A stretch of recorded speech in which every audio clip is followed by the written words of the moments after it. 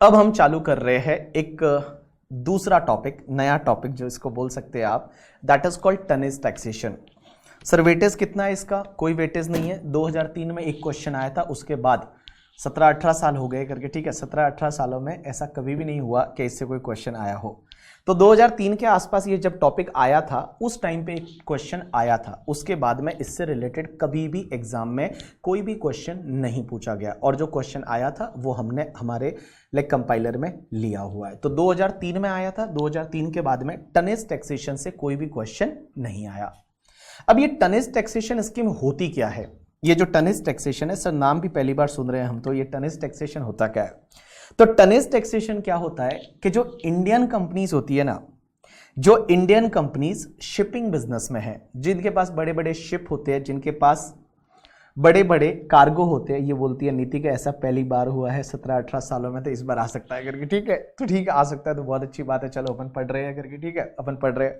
तो देखिए ये जो सेक्शन है, ये जो टॉपिक है, ये टॉपिक किसको लगता है? अगर कोई इंडियन कंपनी है जिसका place of effective management India में है और वो business of the operating of ship, वो शिपिंग बिजनेस में है, कंपनी इंडिया में शिपिंग बिजनेस में है, तो वो चाहे तो ये वाला जो टॉपिक है उसका बेनिफिट ले सकती है। वो चाहे तो ये वाला बेनिफिट है वो ले सकती है इस सेक्शन का। Can compute it's income on the basis of tonnage tax scheme if the company owning at least one qualifying ship. Company के पास एटलीस्ट एक शिप होना चाहिए, एटलीस्ट एक शिप है तो कंपनी क्या कर सकती है? ये वाली स्कीम का बेनिफिट ले सकती है। और भैया ये जो स्कीम हम पढ़ने वाले हैं ये ऑप्शनल है, अगर कंपनी को लेना है तो ले, नहीं तो कोई बात नहीं। ये कुल मिला के एक प्रिजम्पटिव बेसिस टैक्सेशन जैसा है कि उसकी जो इनकम है ना वो प्रिजम्पटिव बेसिस से निकाली जाएगी।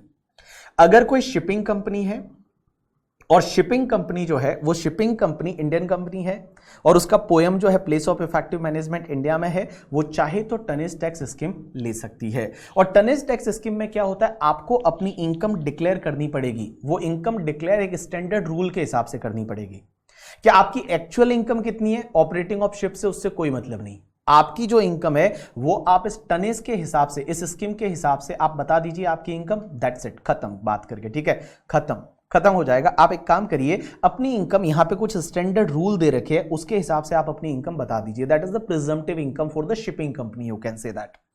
अब कितनी इनकम बतानी है, तो कंप्यूटेशन ऑफ टनेज इनकम को कैसे कैलकुलेट करेंगे, उसके लिए उन्होंने एक फॉर्मूला दिया कि आप एक काम करिए कि डेली टनेज इनकम होती है वो ले लीजिए और मल्टीप्लाई कर दीजिए number of days the ship is operated in the previous year, कि इस साल में वो शिप कितने दिन ऑपरेटेड रहा है, वो शिप कितने दिन ऑपरेटेड रहा है, उससे आप मल्टीप्लाई कर दीजिए, आपको मिल जाएगा टनेज टैक्सेशन का इस इनकम उस पर्टिकुलर कंपनी का। कैसे निकालने का? तो सबसे पहला तो number of days the ship operated in previous year. ये तो बड़ा सिंपल है कि भाई कितने दिन वो शिप ऑपरेशन में रहा था। तो मान लो पता चला 365 डेज में से मान लो 230 दिन रहा था, तो 230 डेज से मल्टीप्लाई कर दोगे, बट पर डे का इनकम कितना लेना है? तो यहां पर डे का इनकम जो है वो डिपेंड करेगा आपके क्वालिफाइंग शिप जो है वो कितने टनेज की है। क्वालिफाइंग जो शिप है आपके पास, वो शिप कितने टनेज की है, उसके हिसाब से आपको इनकम कैलकुलेट करना पड़ेगा। कैसे करना पड़ेगा सब देख लेंगे हम, ठीक है। तो देखिए सबसे पहली चीज, क्वालिफाइंग शिप है वो कितने टनेज की है, उसके हिसाब से आपको इनकम कैलकुलेट करना पड़ेगा। और डेली टनेज इनकम कितनी होगी? तो अगर क्वालिफाइंग शिप है वो मान लो 1000 टन की है, अप टू 1000 टन है, तो आप एक काम करिए 70 रुपया इनकम बनाइए हर 100 टन के लिए। मींस फॉर एवरी 100 टन आप एक काम करिए 70 रुपया आपकी इनकम है, 70 रुपया है वो आपकी इनकम है, किसके लिए? 100 टन्स के लिए। तो for 100 tons income is 70 rupees. If अगर your qualifying ship is only 1000 ton की है, लेकिन अगर क्वालिफाइंग शिप है वो बहुत बड़ी बड़ी रहती है, 1000 टन की नहीं, बहुत बड़ी बड़ी रहती है, ठीक है, वो अगर 1000 टन से ज्यादा है, अप टू 10,000 टन है, तो 1000 टन तक तो आप 70 रुपया ले रहे थे, तो 1000 टन 70 रुपया था 100 टन का, 70 रुपया किसका था? 100 टन का, तो मैं बोलूं 700 रुपया हो गया। तो 1000 टन तक तो आपको 700 रुपया इनकम हो गई पर डे की। और उसके बाद जितना भी आपका 1000 टन से ऊपर वाला है 10,000 टन तक, दैट इज मैं बोल दूं 9000 टन, तो वो 9000 टन के लिए आप 100 टन का 53 रुपीज ले लीजिए। आप एक काम करिए कि जो भी तुम्हारा 1000 टन से ऊपर वाला है, वो 1000 टन से ऊपर और 10,000 टन तक, आप एक काम करिए 700 रुपया तो 1000 टन तक ऑलरेडी आ चुका है करके, ठीक है। उस 700 में और ऐड क्या करेंगे कि जो भी आपका 1000 टन से ऊपर वाले टन है उसमें हर 100 टन का आपको 53 रुपीज लेना है।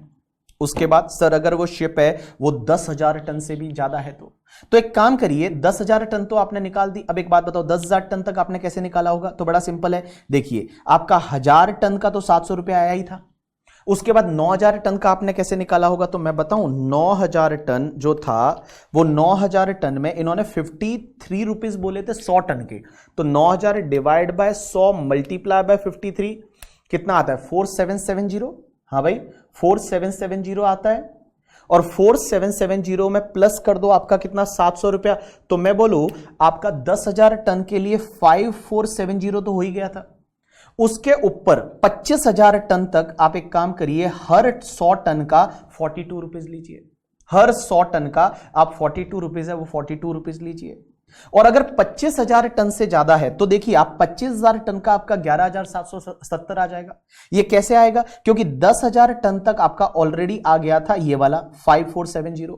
10,000 टन से 25,000 टन डिफरेंस कितना हुआ? 15,000 टन। तो 15,000 टन के लिए आप क्या करेंगे? 15,000 टन डिवाइड बाय आपका 100 मल्टीप्लाई बाय 42 कितना आता है? 6,300 आता है। और 6,300 में आप एक काम करिए 5470 को ऐड कर दीजिए, तो ये आ गया 11,770 टन। ये आ गया आपका 11,770 रुपया, सॉरी 11,770 रुपया। और 25,000 से जितने भी ज्यादा टन है उसमें हर टन का 29 रुपया, हर टन का 29 रुपीज। कम से कम यार ये नंबर तो रुपए तो सही दे देते, जब से कम याद होता करके, ठीक है भाई। आप 70 रुपए दे रहे हो तो 70 के बाद 50 दे देते, 50 के बाद आप 40 दे देते, 40 के बाद 30 दे देते, तो याद रहता 50 40, ठीक है। ऐसे तो याद तो रहता कि 70 50 40 30 ऐसा याद तो रहता। कितने अटपटे नंबर दिए हैं इन्होंने करके, ठीक है। तो देखिए इन्होंने क्या बोला कि जो भी शिप रहेगी आपके पास क्वालिफाइंग शिप है, तो क्वालिफाइंग शिप का शिपिंग इनकम कितना मानेंगे टनेज टैक्सेशन के हिसाब से, तो उसमें देखना पड़ेगा वो शिप कितने टन की है। तो शिप अगर अप टू 1000 टन है तो आप एक काम करिए हर 100 टन के लिए 70 रुपया लीजिए। 1000 टन से लेके और आपका 10,000 टन है तो देखो लिमिट आप ऐसे याद रखो कि एक 1000 का लिमिट है, फिर 10,000 का और फिर 25,000 का है। क्या क्या है? 1000 का है, 1000 का लिमिट है करके, ठीक है। 1000 का लिमिट है, फिर 10,000 का है, फिर 25,000 का है। तो 1000 10,000 50, सॉरी 1000 10,000 25,000, 3 लिमिट है, 3 स्लैब है। 1000 10,000 25,000, क्या 1000 10,000 25,000। अब 1000 तक आपको 70 रुपया लेना है 100 टन का। और 70 53 42 29 कैसे याद रख सकते हो? 70 53 42 29 70 53 42 29 ये 100 टन का आपको इनकम है, वो डेली इनकम आपको लेना है करके, ठीक है। हाँ बोलते ये फिक्स करते टाइम उनको चाय नहीं मिली होगी इसलिए ऐसा किया। तो देखिए जैसा है रट्टा मारना है, जैसा है रट्टा मारना है। अब इसमें अगर बोलोगे ठीक है, ये बोलता है 30 से 1 ऊपर, 40 से 2 ऊपर और 50 से 3 ऊपर। हाँ ये भी एकदम सही बोला करके, ठीक है। आप इसको ऐसे चालू कर सकते हैं, आप ऐसे चालू कर सकते हैं जिस तो इसने बोला कि आप लास्ट से चालू करिए, 30 के 1 ऊपर, 40 के 2 ऊपर और 50 के 3 ऊपर, ऐसा ही हुआ। हाँ तो 30 के, अरे कैसे 30 से 1 नीचे हुआ ना, कम हुआ। हाँ तो 30 से 1 कम, यहां 40 से 2 बढ़ा के और 50 से 3 बढ़ा के। ना भाई ना, मैं ना ऐसा करूं, ठीक है, रहने दीजिए। हाँ रहने दीजिए, रहने दीजिए, रहने दीजिए। देखिए तो मैंने क्या बोला था, समझने की कोशिश करना, आपको जैसे याद रखना है वैसे रख लीजिए, मुझे उससे मतलब नहीं। आप याद रखना, मैं पढ़ाना है मैं पढ़ा रहा हूं, ठीक है। देखिए अप टू 1000 तक का है तो उसमें 70 रुपया हर 100 टन के लिए।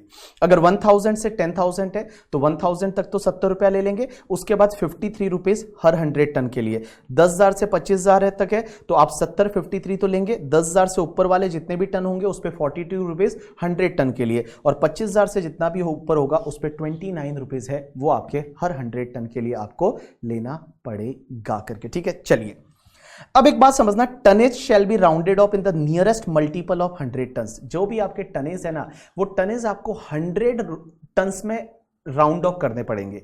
जैसे मान लो कहीं पे भी 53 54 है करके, ठीक है, तो आप ऊपर वाले 100 में चले जाएंगे, और अगर मान लो यहाँ पे 42 43 100 मतलब 30 वगैरह 10 वगैरह है, तो आप नीचे वाले 100 में आ जाएंगे। तो जो भी आपके टनेज है वो आपको राउंडेड ऑफ करने पड़ेंगे इन द 100 टन्स में, नियरेस्ट 100 टन्स में आपको राउंडेड ऑफ करने पड़ेंगे। जैसा आपको याद रखना है वैसा आप रख लीजिए। सबसे पहला 70 है, 70 53 42 29, 70 53 42 29, 70 53 42 29, 70 53 42 29, और 1000 10,000 25,000 और 25,000 के ऊपर 1000 10,000 25,000 25,000 से ऊपर करके 70 53 42 29। ठीक है, चलिए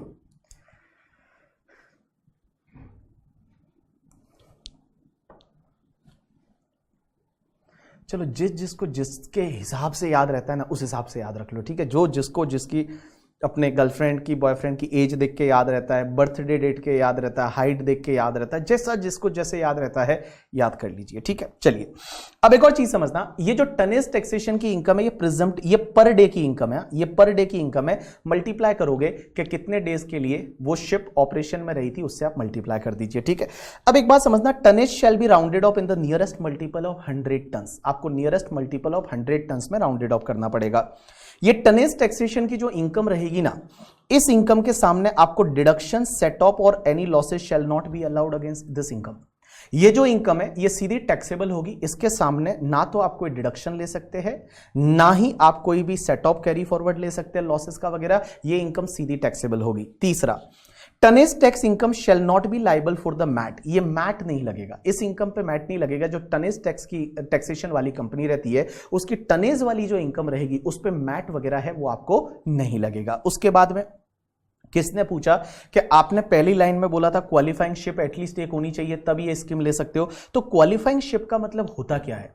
तो क्वालिफाइंग शिप का मतलब होता है ऐसा कोई भी सी गोइंग शिप और वेसल जो 50 नेट टनेज और मोर होना चाहिए।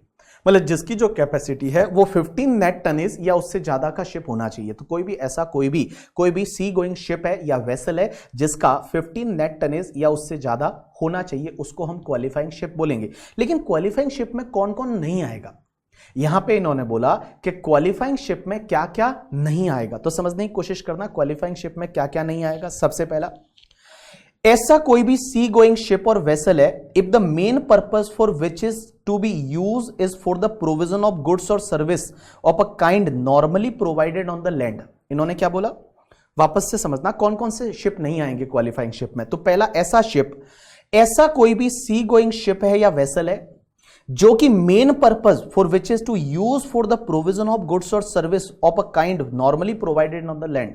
मींस वो शिप ऐसी कोई सर्विस दे रहा है, ऐसा कोई भी लाइक गुड्स या सर्विस प्रोवाइड कर रहा है जो नॉर्मली आपको लैंड पे मिलता है। जैसे मैंने बोला आर्यन खान वाला जो क्रूज वाला पार्टी था, तो वो क्रूज जो है वो क्या दे रहा था, अल्टीमेटली वहां पार्टी प्लेस दे रहा था और वो घुमा फिरा के लेके आता था। नॉर्मली जो ये है ये लैंड पे चीजें होती है, नॉर्मली ये चीजें लैंड पे होती है, तो वो वाले जो क्रूज वगैरह है वो इसमें नहीं आएंगे। नॉर्मली जो पार्टी होती है, आप पार्टी वगैरह करते हो वो कहां पे करते हो, लैंड पे करते हो, तो नॉर्मली ये चीजें लैंड पे प्रोवाइड की जाती है। आप वहां पे जो क्रूज में गए थे तो वो वाले क्रूज इसमें नहीं आएंगे। उसके बाद में अगर कोई फैक्ट्री शिप्स है वो सब नहीं आएंगे, फिशिंग वेसल्स है वो नहीं आएंगे। अब ये हार्बर और रिवर फेरीज है वो नहीं आएंगे। ये क्या होती है, फेरीज क्या होती है, जैसे मुंबई में आप आओगे ना तो मुंबई में हम बोरीवली से जो गोराई जाते हैं, बोरीवली से जो गोराई जाते हैं, तो बोरीवली से गोराई करके एरिया है जिसमें हम एक शिप में बैठ के जाते हैं, तो वो वाली शिप नहीं आएगी। या फिर मुंबई से जब हम अलीबाग जाते हैं, मुंबई से अलीबाग जाने का एक जगह है, वो एक फेरीज से जाते हैं, तो वो फेरीज वगैरह इसमें नहीं आएगी। मतलब कुल मिला के बड़े बड़े जो वेसल्स होते हैं ना जिसपे गुड्स वगैरह जाता है, वो वाली शिप इसमें आएगी। ठीक है, उसके बाद जो प्लेजर क्राफ्ट होते हैं वो सब नहीं आएंगे। विजय माल्या के मान लो कोई ऐसे क्राफ्ट वगैरह है, प्लेजर क्राफ्ट, वो नहीं आएंगे। ऑफशोर इंस्टॉलेशन जो है वो नहीं आएंगे। ऑफशोर इंस्टॉलेशन क्या हो सकता है कि जैसे मान लो कहीं पे आप जो ऑयल का एक्सट्रैक्शन वगैरह करते हो और वहां पे कुछ ऐसा इंस्टॉलेशन वगैरह शिप है, वो नहीं आएंगे। Qualifying ship which is used as fishing vessel for a period of more than 30 days during the previous year. अगर ऐसा शिप जो आपने 30 दिन से ज्यादा मींस 30 दिन से ज्यादा मछली पकड़ने में काम में लिया है, 30 दिन से ज्यादा आपने मछली पकड़ने में काम में लिया है, तो वो भी नहीं आएगा। मतलब मछली पकड़ने के काम आता है अगर 30 दिन से ज्यादा, तो वो भी इसमें नहीं आएगा। तो इसमें कोई ऐसा कोई याद रखने की जरूरत नहीं। एग्जामिनर क्वेश्चन देता है तो सीधा देता है कि SSC is having the qualifying ship. एक बार क्वेश्चन आया हुआ है। अब एक बात समझना, अगर आपको ये स्कीम लेनी है, exercising the above scheme is optional where an assessee opt for tonnage tax but wishes to opt out for same within the 10 years from the date on which he exercised the option, he shall not be eligible to opt into tonnage tax for a period of 10 years from the date of opting out. Means भैया एक बात बताओ, सबसे पहले अगर आपको tonnage tax का scheme मिला तो आप 10 साल तक इसको फॉलो करोगे। जिस दिन मिला था उससे 10 साल तक अगर आप फॉलो करोगे, 10 साल के अंदर अंदर आप अगर इससे बाहर आ जाते हो तो फिर वापस आप 10 साल तक नहीं ले सकते। ये कैसे हो गया करके, ठीक है, कि भैया आप अगर 10 साल तक अगर ये लेते हो, ये जो 10 साल तक है वो 10 साल तक आप ये स्कीम लेते हो, तो पहले ली तो 10 साल तक एप्लीकेबल होगी, बट 10 साल के अंदर अगर आपने बाहर आ गए इससे तो वापस आप 10 साल तक इसके अंदर नहीं आ सकते। उसके बाद में किसी ने बोला आप कभी बैठे हो क्या शिप में? मैं मतलब शिप में तो वो बोट वो होती है ना, यहाँ से, हाँ क्रूज जाता है ना मुंबई से, Mumbai to Goa I visited once by the cruise. Mumbai से गोवा जाता है क्रूज, तो उसमें गया था मुंबई से गोवा के लिए। उसके बाद company should not charter in more than 49% of net tonnage of qualifying ship operated by it. इन्होंने क्या बोला? Company should not charter in more than 49% of net tonnage of qualifying ship operated by it. If it is cross that limit, then in that year this scheme is not applicable. अब इन्होंने क्या बोला कि company का जो net tonnage रहेगा, net tonnage पूरे साल का मिला के, पूरे साल का मिला के जो उसकी कैपेसिटी रहेगी पूरे साल की मिला के, मींस एक तो हाईएस्ट वाला टनेज ले लेंगे उसकी जो कैपेसिटी है, और पूरे साल 365 डेज या 360 डेज जो भी लेते हैं वो ले लेंगे, और उसमें से उसका जो ऑपरेटेड होता है ना पूरे साल में, वो 49% या उससे ज्यादा यूज नहीं होना चाहिए। वो जो है वो 49% या उससे ज्यादा यूज नहीं होना चाहिए। अगर वो 49% से ज्यादा है तो उस केस में उस साल में ये टनेज टैक्स स्कीम नहीं लगेगी। अब आप मुझे बोलोगे कैसे कैलकुलेट करते हैं करके, ठीक है, that is the very tricky part. जो लोगों के इनके पास ऑडिट रहेगी, मैं आपको इसका फॉर्म बता देता हूं, जो फॉर्म नंबर 66 होता है ऑडिट के लिए, और फॉर्म नंबर 66 में ये जो दे रखा है, ये सीबीडीटी ने दे रखा है फॉर्म नंबर 66 करके, ठीक है, इसमें फॉर्मूले होते हैं, और उस फॉर्मूले के हिसाब से आपको है वो टनेज टैक्स के लिए ये ऑडिट रिपोर्ट भरनी पड़ती है, और इस ऑडिट रिपोर्ट में आपको बताना पड़ता है कि पूरे साल में आपने जो ऑपरेट किया है वो आपका 49% से ज्यादा है या नहीं। देखो यहाँ पे मैंने भी एक दिन देखा था कि इन्होंने ये कैसे कैलकुलेट करते हैं, तो आपको दिख रहा होगा, तो देखिए यहां पे इन्होंने एक फॉर्मूला दे रखा है कि ये फॉर्मूला, जैसे अब बेचारे उस ये इनकम टैक्स डिपार्टमेंट ने दे रखा है, उसका नाम क्या दिया, शिप का नाम देखिए, शिप का नाम देखेंगे ना आप, इन्होंने एग्जाम्पल दिया है, और एग्जाम्पल का नाम क्या दिया है, एग्जाम्पल में नेम ऑफ द वेसल का नाम क्या दिया, आर गांधी। अब यार आर गांधी, राहुल गांधी के नाम से तो बेचारे का वेसल बना दिया यहाँ पे, और उसका फिर उन्होंने वर्कशीट दी है कि कैसे उसमें कैलकुलेट होता है, कैपेसिटी उसकी कैसे कैलकुलेट होती है। So that is very tricky part करके, ठीक है, ये आपके लिए एग्जाम के ओरिएंटेड वगैरह नहीं है। अब इसमें से कैसे उसमें कैलकुलेट करेंगे, अगर उसमें ऑयल भरते हैं तो कैसे उसका टनेज कैपेसिटी कैलकुलेट होगा, अगर ऑयल नहीं है उसमें कुछ सामान भरते हैं, कंटेनर भरते हैं, तो उसकी कैसे कैलकुलेट होगी। और उसके बाद में यहाँ पे इन्होंने लास्ट में ऐसे ये सब कैलकुलेशन के फॉर्मूले है, और कैलकुलेशन के फॉर्मूले के बाद में जैसे लास्ट में इन्होंने ये सब बताया है कि नेट टनेज कितना है उस शिप का, अलग अलग चीजों के लिए, अलग अलग चीजों के लिए नेट टनेज कितना है, नंबर ऑफ डेज 365 डेज से उन्होंने मल्टीप्लाई कर दिया, ऑपरेशन कितना रहा, ठीक है, ऑपरेशन और चार्टर इन कितना रहा। तो इन्होंने देखा कि यहाँ पे ये जैसे लास्ट वाली लाइन है वो देखेंगे, परसेंटेज ऑफ टनेज चार्टर इन है वो आपका 56.65% हो गया, जो कि since percentage of net tonnage charter is more than 49%, तो कंपनी को टनेज टैक्स स्कीम है वो नहीं मिलेगा, कंपनी को टनेज टैक्स स्कीम है वो आपको नहीं मिलेगा। तो ये सब है ना, मैं बताऊं प्रैक्टिकल लाइफ में जो लोग शिपिंग कंपनियों की ऑडिट करते हैं उनके लिए 49% कैसे कैलकुलेट करते हैं ऑल, उसका लंबा चौड़ा कैलकुलेशन है, पूरा डिटेल उसी में लग जाएगा। चलिए अब आगे बढ़ते हैं। Company shall maintain the separate books of accounts and obtain a report from chartered accountant, furnish it before the due date specified under section 44AB। जो मैंने आपको बताया वो ऑडिट रिपोर्ट आपको सबमिट करनी पड़ती है इन द फॉर्म नंबर 66, अभी मैंने आपको बताया। अब एक चीज समझना, जब कंपनी जो है ना, वो कंपनी अगर ये टनेज टैक्सेशन स्कीम लेती है तो इसको क्या करना पड़ेगा, हर साल अपने बुक प्रॉफिट का 20% है वो टनेज टैक्स रिजर्व में पैसा डालना पड़ेगा, एक ये कंडीशन है। ये की कंडीशन है कि उसको क्या करना पड़ेगा कि 20% पैसा है वो टनेज टैक्सेशन रिजर्व बनाना पड़ेगा, जिसको मैं टीटीआरए बोल सकता हूं। एक कंडीशन है कि उसको टीटीआरए में डालना पड़ेगा 20% पैसा, 20% ऑफ द बुक प्रॉफिट। और बुक प्रॉफिट आप ऐसे ही कैलकुलेट करो जैसा आपने मैट में कैलकुलेट किया था। आप बुक प्रॉफिट ऐसा कैलकुलेट करो जैसे मैट में कैलकुलेट किया था, 20% है वो आप कहां पे डाल दीजिए, सीधा आप टीटीआरए में डाल दीजिए, टनेज टैक्स रिजर्व अकाउंट। अब आप बोलोगे वो टीटीआरए में जो पैसा डाला उसका करना क्या है, उसको आपको शिप खरीदने के लिए यूज करना है। मीन जो टीटीआरए का रिजर्व आप बनाओगे वो टीटीआरए रिजर्व को आपको शिप खरीदने के लिए ही यूज करना है। You have to use that money for only to acquiring the new ship. आप शिप वगैरह खरीदने के लिए उसको यूज करेंगे। तो देखिए क्या लिखा हुआ है, company shall credit the tonnage tax reserve account at least 20% of book profit derived from the core and eligible incidental activity। जो आपकी core activity का book profit रहेगा as well as the incidental activity से जो आपका book profit रहेगा उसका आपको 20% तक रिजर्व बनाना है every year, which shall be utilized only for acquiring a new ship before expiry of the 8 year। 8 साल के अंदर अंदर आपको नई शिप है वो खरीदनी पड़ेगी। अब एक और चीज समझना, if any amount is misutilized then proportionate income shall be taxable as per the normal provision of the act। normal provision के हिसाब से taxable हो जाएगी आपके proportionate income। अब एक चीज समझना, if there is any shortfall in the amount credited to TTRA में आपने 20% पैसा नहीं डाला, तो TTRA में आपने 20% अगर पैसा नहीं डाला तो उस केस में फॉलोइंग फॉर्मूला के हिसाब से आपका अमाउंट भी टैक्सेबल होगा। और फॉलोइंग फॉर्मूला इसका एग्जांपल लेंगे तो समझ जाएगा। फॉलोइंग फॉर्मूला के हिसाब से आपका जो अमाउंट है वो टैक्सेबल होगा अगर आपने 20% पैसा नहीं डाला, बुक प्रॉफिट का 20% डालना पड़ेगा। अगर आपने नहीं डाला तो आपका अमाउंट टैक्सेबल होगा कितना, कि जितना रिलेवेंट शिपिंग इनकम है, शिपिंग इनकम आपने जितना निकाला होगा, टनेज टैक्सेशन वाला नहीं, शिपिंग इनकम आपको कैलकुलेट भी करना पड़ेगा। Shortfall in the credit of reserve और divide by minimum reserve to be created. मैं इसको एग्जांपल के थ्रू आपको बता दूंगा। अब एक और चीज समझना, फेलियर टू क्रिएट टीटीआरए, ये जो टीटीआरए आपको बनाना पड़ता है टनेज टैक्सेशन रिजर्व अकाउंट, अगर आप 2 साल तक नहीं बनाते हो तो उसके बाद आपका तीसरे साल से टनेज टैक्सेशन स्कीम से आप बाहर आ जाओगे। 2 साल तक अगर आप कंटिन्यू जो है वो अगर फेलियर कर देते हो कि उसमें टीटीआरए में पैसा नहीं डाला तो उस केस में तीसरे साल से आप टनेज टैक्सेशन स्कीम से बाहर आ जाओगे।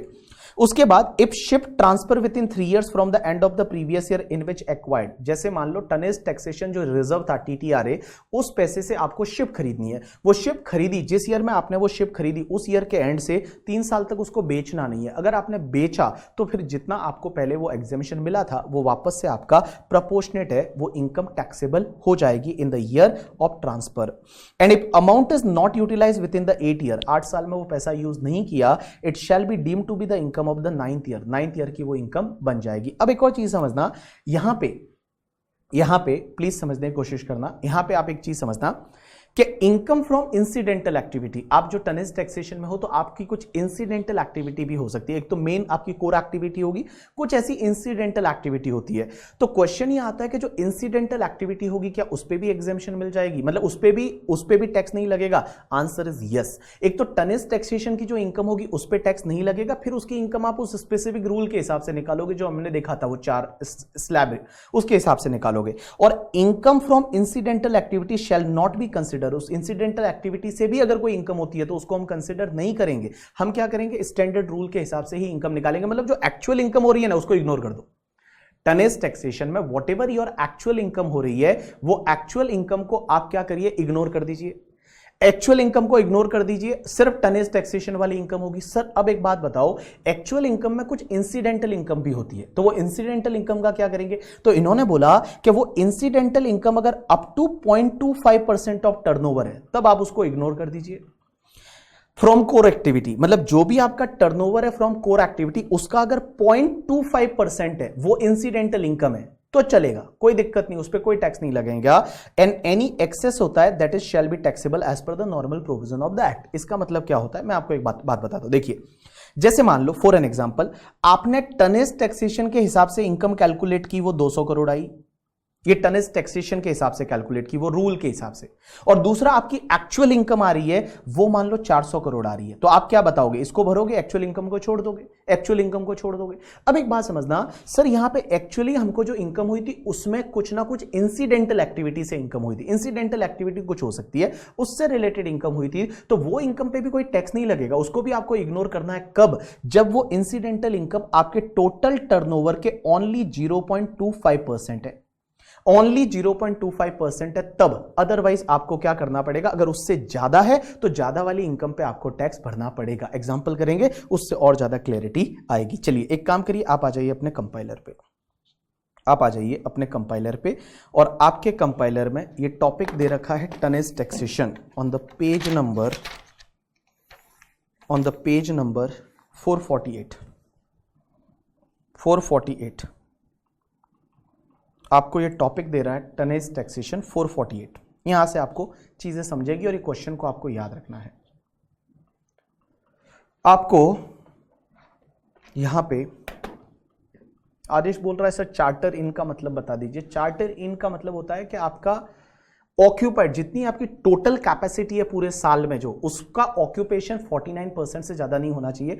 आपको अगर तो भी इसके बारे में एग्जांपल वगैरह चेक करना है तो आप प्लीज, आपको जैसे मैंने बोला फॉर्म नंबर 66 है जो इनकम टैक्स की वेबसाइट पे दे रखा है, उसमें उन्होंने एग्जाम्पल के साथ बताया, आप देख लीजिए, ठीक है, आप देख लीजिए उसको। चलिए, बट वो जरूरत नहीं है, आपको तो भी देखना है तो आप देख सकते हैं। उसमें बहुत सारे, उसमें ऑयल्स के लिए अलग होता है, उसके में जो क्या बोलते हैं, जो कंटेनर होते हैं उसके लिए अलग कैपेसिटी काउंट होती है, वो आप देख सकते हैं, आपको देखना है तो। चलिए एक क्वेश्चन दे रखा है, क्वेश्चन नंबर 1, बड़ा ही अच्छा क्वेश्चन, और इसको रट्टा मार देना, इसको रट्टा मार देना। अगर एग्जाम में क्वेश्चन आता भी है तो ये आ सकता है, इसके अलावा नहीं आ सकता। देखिए, एक तरुण शिपिंग कंपनी लिमिटेड है, having its registered office in the Mumbai, plies two ocean going the vessel which its own। इसके पास दो ओशियन गोइंग वेसल्स है, दो जहाज है इसके पास। The registered tonnage of the two vessel are 47,516 ton and 200 kgs है उसमें, and 25,749 tons and 400 kgs respectively, उन्होंने ये दे रखा है करके, ठीक है। In accounting year 21-22 the first vessel was operated for 360 days, जो पहला वेसल है वो 360 डेज के लिए चला, एंड दूसरा वेसल है वो आपका 200 दिन के लिए चला था। The accounts of the company रिवेल the following result. Account से क्या पता चलता है? अकाउंट से पहला पता चलता है कि पता चला कि आपकी जो profit from the core shipping activity है उसका प्रॉफिट है वो आपका 90,50,000 है। जो आपकी जो कोर एक्टिविटी है उसका, आपका जो कोर एक्टिविटी है उसका जो आपका प्रॉफिट है वो आपको दे रखा है 90.5 लाख। और दूसरा प्रॉफिट फ्रॉम इंसिडेंटल एक्टिविटी, जो छोटी मोटी कोई इंसिडेंटल एक्टिविटी रही होगी उसका जो प्रॉफिट है वो 15,000 है। आपसे पूछा है compute the tax payable by company for the assessment year 22-23 के लिए आप टैक्स भरिए, बताइए कितना लगेगा। Taking note of the provision of the law relating to taxation of income of shipping company, also indicate the specified condition for applicability of procedure। अगर कुछ condition लग रही है तो वो क्या क्या कंडीशन लगेगी वो भी आप बताइए। एंड उसके साथ साथ में इन्होंने बोला कि भैया अज्यूम टैक्स रेट 30% है वो उस कंपनी पे लगेगा। अज्यूम करिए कि टैक्स रेट है वो कंपनी का आपका 30% है। अब एक बात समझना, यहां पे हम कैसे कैलकुलेट करेंगे, तो कैलकुलेट करने के लिए आपको सबसे पहला जो आपका काम रहेगा, सबसे पहला काम जो आपका रहेगा दैट इज आपको क्या लेना है कि नेट टनेज कितना है वो ले लीजिए। हर शिप का नेट टनेज कितना है, तो पहली वाली जो शिप है, मुझे एक बात बताओ, आपको 100 नियरेस्ट 100 टन्स में उसको राउंड ऑफ करना है। तो 100 टन्स में जब आपको राउंड ऑफ करना है तो मैं बताऊं आपकी पहली वाली जो शिप है वो आपका 47,516 टन्स एंड केजीज की है, 200 केजी। एक बात बताओ, जो केजी दे रखा है उसको तो इग्नोर करेंगे, केजीज को तो इग्नोर करेंगे, हम तो टन्स लेंगे करके, ठीक है।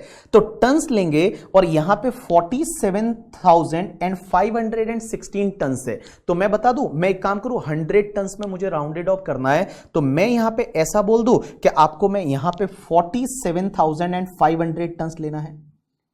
47,500 टन्स है वो मुझे यहां पे लेना है। और दूसरे केस में 25,759 है, तो 100 नियरेस्ट टन में मुझे जाना है, तो मैं यहां पे क्या करूंगा 25,000 एंड आपका 800 टन ले लूं, 800 टन ले लूं। ऊपर के केजी तो आपको इग्नोर करने हैं, ऊपर के केजी है वो आप इग्नोर करो, 100 टन में आप राउंडेड ऑफ करो। अब एक टन में, एक टन जो है वो एक टन में आपका क्या बोलते हैं कितने, एक टन जो है वो एक टन में कितने केजीज वगैरह होते हैं वो आप एक बार देख लेना करके, ठीक है। आई थिंक 1000 केजी होते हैं एक टन में, हाँ एक टन में 1000 केजी होते हैं।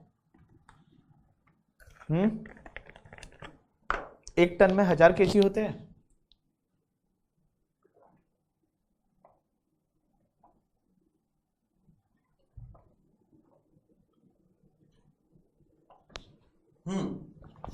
तो एक टन में सब बोल रहे हैं 1000 केजी होते हैं, ठीक है। चलिए अब एक काम करिए आप लोग, टनेज टैक्सेशन के हिसाब से आप अपना इनकम निकालिए।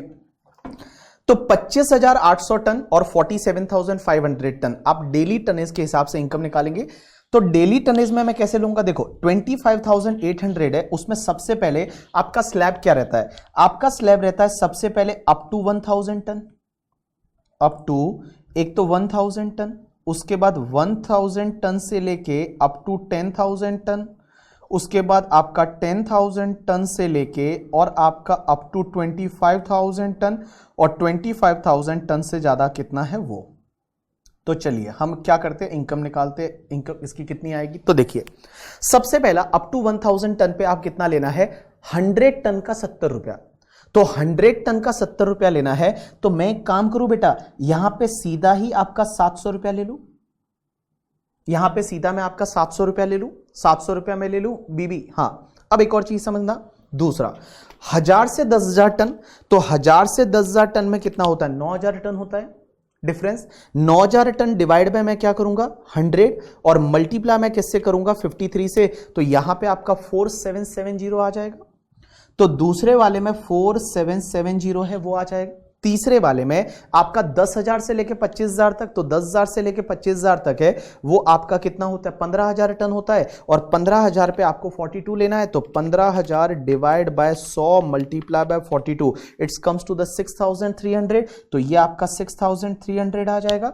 और 25,000 से ऊपर कितने टन है, 25,000 से ऊपर जो आपके टन है वो आपके कितने हैं, सिर्फ आपके 25,000 से टन यहां ऊपर कितने हैं, यहां पे 800 है। तो 800 टन के लिए मैं डिवाइड करूंगा 100 से और मल्टीप्लाई करूंगा किससे 29 से, तो 29 से मल्टीप्लाई किया तो 232 रुपया आ जाएगा। ये 232 आ गया। अब ये मेरी हो गई टोटल इनकम एक दिन की।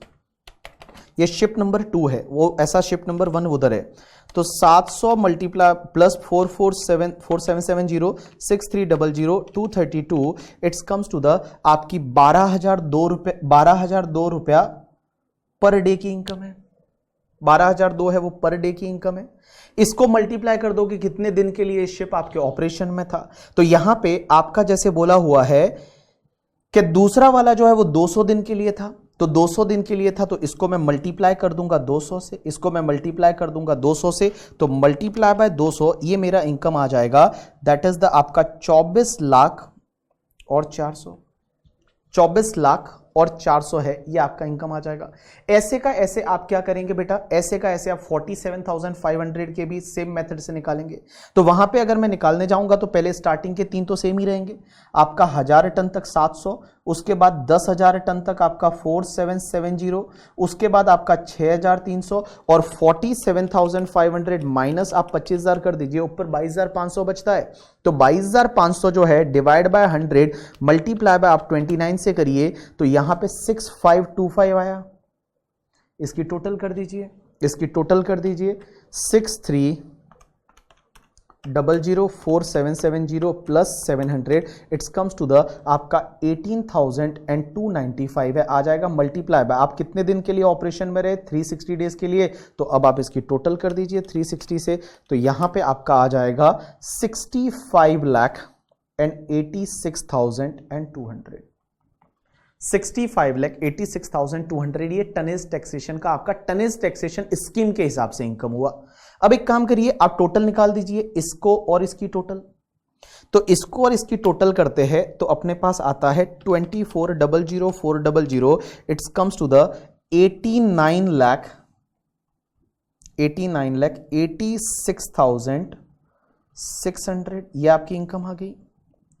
अब एक बात बताइए, आप लोगों का अगर एक्चुअल में इनकम देखेंगे तो वो 90 लाख है। एक्चुअल में अगर आपका इनकम देखेंगे कोर एक्टिविटी का और प्रॉफिट फ्रॉम इंसिडेंटल एक्टिविटी तो वो 90 लाख है। मींस ये वाला फायदेमंद है, ये वाला फायदेमंद है। तो आपका भैया ये वाला फायदेमंद है तो आप टनेज टैक्सेशन स्कीम को लीजिए, आप टनेज टैक्सेशन को उनको लीजिए। बट एक बार ले लिया तो फिर आप 10 साल तक बाहर नहीं आ सकते। लेकिन एक बार अगर आप बाहर आ गए तो फिर वापस 10 साल तक आप इसको नहीं ले पाएंगे। फिर एक बार बाहर आ गए तो 10 साल तक आप इसको नहीं ले पाएंगे। अब एक और चीज समझना कि सर जो इंसिडेंटल एक्टिविटी से जो ये इनकम हुई है 15,000, क्या इस पे भी टैक्स नहीं लगेगा? चलो ये 90.50 पे तो नहीं लगेगा, ये तो अपने को पता है।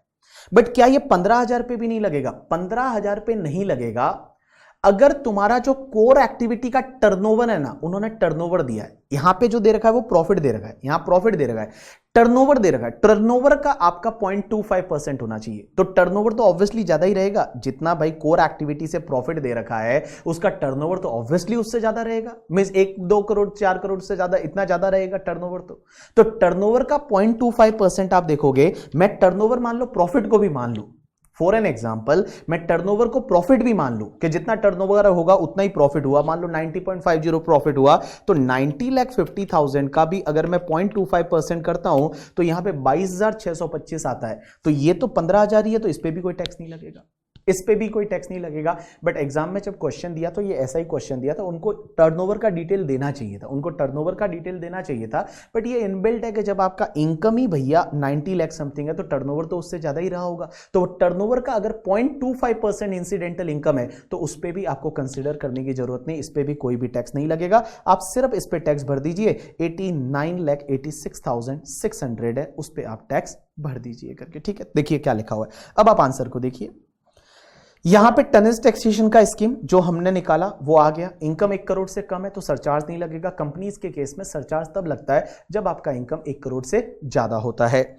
यहां पे आपका टैक्स है वो आपका 30% लग जाएगा। Surcharge not applicable because income है वो 1 करोड़ से ज्यादा नहीं है।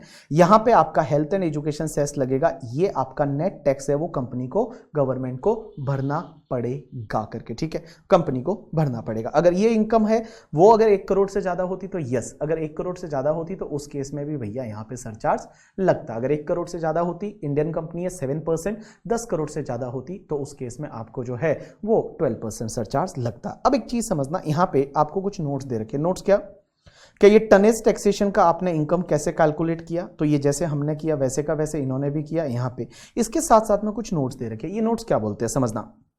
सबसे पहला कि tonnage is to be rounded off in the nearest multiple of 100 tons. Hence the first vessel है उसका इतना लिया, सेकंड वेसल का आपने इतना लिया। As per section 115VF, the tonnage income computed under section 115VG would be deemed to be the profit chargeable under the head PGBP. This is, however, subject to fulfillment of the condition mentioned below in the next paragraph. Then the relevant shipping income referred in so and so, which include the net profit from core shipping activity as well as the incidental activity से जो income होगा वो भी taxable नहीं होगा। तो जो आपका net shipping activity से income है as well as the आपका incidental income है वो भी आपके लिए taxable नहीं होगा अगर आप टनेज टैक्सेशन स्कीम में चले जाते हैं। तो कंडीशन क्या रहती है? पहली कंडीशन ये है कि the option to get assessed under this chapter has to be filed by company. Company को बोलना पड़ेगा कि हम ये टनेज टैक्सेशन स्कीम में जाना चाहते हैं। और दूसरा, the company is required to credit to the reserve account called tonnage tax reserve account. Means आपको टीटीआरए में पैसा तो डालना पड़ेगा और टीटीआरए में हर साल पैसा डालना पड़ेगा। कितना? आपका बुक प्रॉफिट का 20%, जो बुक प्रॉफिट है उस बुक प्रॉफिट का 20% तो आपको डालना ही पड़ेगा। अगर बुक प्रॉफिट का 20% डाला तो आपको एग्जेम्पशन वगैरह मिलती रहेगी। अगर बुक प्रॉफिट का 20% नहीं डाला तो उस केस में आपका जो इनकम होता है उस इनकम का कुछ टैक्सेबल होगा। कैसे होगा मैं अगले एग्जांपल में बताऊंगा। At least 20% of book profit derived from its core and incidental activity to be utilized before the expiry of period of 8 years for acquisition of new ship for the purpose of business of the company. Until the acquisition of new ship, the amount can be utilized for the purpose of business of operating qualifying ship. However, इन्होंने बोला कि जब तक आप new ship acquire नहीं कर सकते, 8 साल में तो करना ही पड़ेगा, तब तक आप उसको अपने बिजनेस में यूज कर सकते हैं। इन्होंने लिखा है the until the acquisition of new ship the amount can be utilized for the purpose of business operating qualifying ship. However the amount should not be used for the distribution of dividend. उससे कोई आप dividend नहीं दे सकते, और profit or the remittance outside India as a profit or creation of asset outside India, ऐसा आप सब नहीं कर सकते. चलिए अब एक एग्जाम्पल नंबर दूसरा मैंने लिया है करके, ठीक है.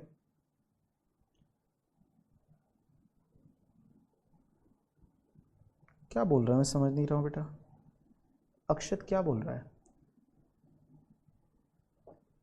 वर्किंग नोट में 90.65 लाख होना चाहिए ना. हाँ मतलब नॉर्मल इनकम ये और आपका इंसिडेंटल इनकम वो भी एग्जेम्प्ट है ना. इंसिडेंटल इनकम भी तो एग्जेम्प्ट है. यहां पे आप बोल सकते हो कि ये तो आपका कोर एक्टिविटी वाला और इंसिडेंटल वाला भी वो लिमिट के अंदर है तो वो भी एग्जेम्प्ट है. हाँ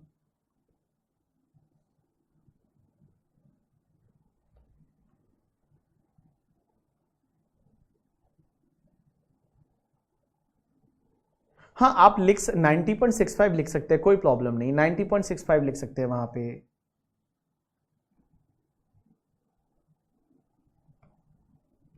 हाँ 90.65 होना चाहिए वहां पे जहां, लेकिन वहां पे सिर्फ टनेज की बात की है कि भाई या इसमें ये लिखा है कि टनेज का स्कीम जो है वो 90.50 है और आपका 15,000 कोर भी है, तो उससे तो कम ही है ये वाला, तो आप इसके साथ में चले जाइए, सीधी सी बात है. चलिए अब एक बात समझना, एक दूसरा क्वेश्चन है. Dolphin limited a tonnage tax company provide following information for the 21-22. इस साल की कुछ इंफॉर्मेशन दी है. रिलेवेंट शिपिंग इनकम है वो आपका 350 लाख है. टनेज इनकम है 180 लाख है. And book profit derived from core incidental activities 400 lakh है. इस क्वेश्चन को भी आप रट्टा मार लेना करके, ठीक है. देखिए इसमें क्या है कि रिलेवेंट शिपिंग इनकम, ये शिपिंग इनकम जो आपने कैलकुलेट की होगी, ये आपने कैलकुलेट की होगी, जैसे उसमें 90.5 और 65 था वो, that is the relevant shipping income है. उसके बाद टनेज इनकम ये आपने उस रूल के हिसाब से निकाली होगी, जो फॉर्मूला के हिसाब से, और यहां पे बुक प्रॉफिट दे रखा है 400 लाख का. अब इसमें क्वेश्चन, ये जो क्वेश्चन बनाया, ये क्वेश्चन इस बेस पे है कि सर हमको 20% जो है वो टनेज टैक्सेशन रिजर्व अकाउंट में डालना पड़ेगा. किसका? बुक प्रॉफिट का. अगर नहीं डाला तो कितना इनकम टैक्सेबल होगा, तो वो हम सिखा रहे हैं यहां पे. देखिए बेटा, सबसे पहला, provide answer the following question considering each of the question given below are independently. पहला question, calculate the minimum reserve requirement for company as per section 115 VT में. आप कितना पैसा डालना पड़ेगा TT, that is the tonnage taxation reserve account में. तो देखो बुक प्रॉफिट का हमेशा 20%, तो बुक प्रॉफिट आपका कितना है, यहां पे बुक प्रॉफिट आपका 400 लाख है, तो 400 लाख का अगर आप 20% करोगे तो 80 लाख रुपया आपको उस रिजर्व में पैसा डालना पड़ेगा. आपको 80 लाख रुपया है, उस 80 लाख रुपया उस रिजर्व में आपको पैसा डालना पड़ेगा. तो देखिए सबसे पहला क्या लिखा हुआ है, the minimum reserve required for the company as per section 115 VT, that is the 20% of book profit derived from core and incidental activity, that is 400 lakh का आपको 20% डालना पड़ेगा, दैट इज द 80 लाख. उसके बाद में टैक्सेबल अमाउंट अंडर द, दूसरा question क्या है, calculate the taxable amount under the other provision of the act. Means कितना अमाउंट टैक्सेबल हो जाएगा, अगर इतना ये नहीं किया तो क्या होगा. If Dolphin Limited transfer only 66 lakhs to the tonnage tax reserve account during the previous year 21-22. उन्होंने पूरा 80 लाख नहीं डाला, उन्होंने रिजर्व कम क्रिएट किया, और रिजर्व में उन्होंने कितना डाला, सिर्फ 66 लाख डाला. तो एक बात बताइए, इधर देखिए, इधर देखिए, इधर देखिए, यहां पे एक इंटरेस्टिंग पार्ट है जो ध्यान देने जैसा. इधर देखिए, आपका देखो टनेज टैक्सेशन का इनकम इतने पे तो आप टैक्स भरोगे ही भरोगे. आप 350 लाख पे नहीं भरोगे ना, इस 350 लाख पे नहीं भरोगे. आप तो क्या करोगे, इनकम कितना लोगे, 180 लाख लोगे. लेकिन अगर आपने रिजर्व में कम डाला, तो जितना कम डाला ना, वो आपका जितना जो रिलेवेंट शिपिंग इनकम जो 350 है, जिसको आप कंसिडर नहीं कर रहे हो, उसका प्रोपोर्शनेट इनकम टैक्सेबल होगा. उसका प्रोपोर्शनेट इनकम है वो आपको टैक्सेबल करना पड़ेगा. देखो ऐसे तो आप टैक्सेबल तो सिर्फ 180 करोगे, 180 तो करोगे, 180 रिटर्न में तो आप 180 बताओगे कि टनेज टैक्सेशन के हिसाब से हमारा इनकम 180 है. लेकिन वो कंडीशन को मेट करना पड़ेगा, कंडीशन है वो कंडीशन को मेट करना पड़ेगा, कंडीशन फुलफिल करना पड़ेगा 20% वाला. अगर आपने नहीं किया तो क्या होगा, अगर नहीं किया, कम रिजर्व में पैसा डाला, तो 350 का जितना प्रपोर्शनेट है ना, वो और टैक्सेबल होगा इस साल में, वो और टैक्सेबल होगा. जैसे एक बात बताओ, 3 आपको रिजर्व में डालना कितना था, मैं बोलूं आपको रिजर्व में 80 डालना था, 80 डालना था, 80 लाख रिजर्व में डालना था।